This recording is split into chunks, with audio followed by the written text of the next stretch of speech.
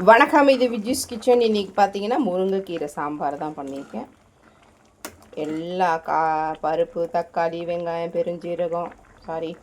ஜீரகம் எல்லாம் பூண்டு எல்லாம் போட்டு பருப்பை வேக வச்சு எடுத்துக்கணும். முருங்கைக்கீரையை மட்டும் நல்லா க்ளீன் பண்ணி அதுக்கப்புறம் கொஞ்சம் எண்ணெய் விட்டு தாளிக்கும் போது கூட நம்ம தாளித்ததுலேயே இதை போட்டு நல்லா வதக்கி பருப்பை கடைஞ்சி ஊற்றி கொதிக்க வச்சிடணும்.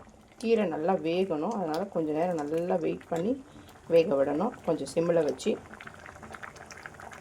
சாம்பார், ஒயிட் ரைஸு, அப்புறம் கேரட், பீன்ஸ் பொரியல், முட்டை உடச்சி ஊற்றியிருக்கேன், கொஞ்சம் உருளைக்கிழங்கு பொரியல். இன்றைக்கி இவ்வளோதான் லஞ்ச். பாருங்கள், சிம்பிளான லஞ்சு தான். வீடியோ பிடிச்சிருந்தால் லைக் பண்ணி ஷேர் பண்ணி கமெண்ட் பண்ணுங்கள். மறக்காமல் சேனலை சப்ஸ்கிரைப் பண்ணுங்கள். அப்போல்லாம் ஊறுகாய் இருக்குது, தேவைன்னா எடுத்துக்கலாம்.